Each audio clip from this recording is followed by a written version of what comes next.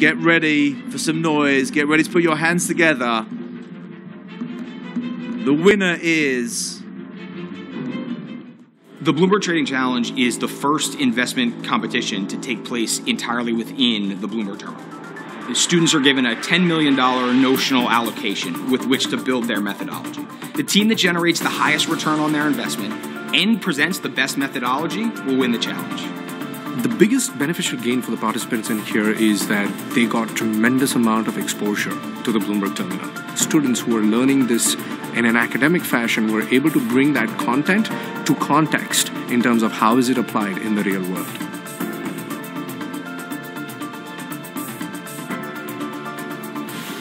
We are trying to find every minute outside of classes where we can all get together and practice as much as possible. It was a short-term competition. It was only 8 weeks, so we figured we'd have to risk a lot to make a lot. It's really cool seeing like the city for the first time and everything, and build a team and construct a portfolio with all different research. The students that are participating in this challenge, it's a great opportunity for them to get more exposed and initiated to all the different types of functions that they're using in Bloomberg. I'm going to get really nervous. We really like to focus on the financial statements, and I really liked this about the Bloomberg terminals because the accuracy and how far back you can go several years, as well as show the projected earnings. Bloomberg allowed us to operate in multiple mediums in real time. Once we started really digging into those functions, it completely changed our abilities. So in terms of capital preservation, 3 major things that we're driving. Number 1, we looked at something called VIX, which basically tracks the volatility within the market. So we knew that we're going to have greater volatility. Was there any concern on your part in terms of the amount of leverage that you guys did use?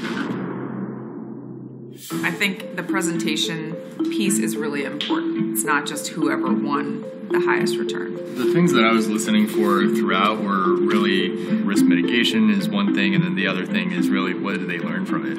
Yes, they determined that they had to pivot a little bit and take on a higher risk strategy, but to me it was almost the more honest approach of taking on the risk. They gave it a credible attempt at like an analysis of loss with their crystal reports. What they did do well at the end was these are the things that we learned. These are the things that didn't work, and they did the postmortem themselves. That team had justifications of every decision they made all the way along, and they were able to articulate that through the whole presentation. I don't want to browbeat you to an opinion, but there's really only one opinion. Say it. The winner is... the University of Massachusetts, Boston. Come on up.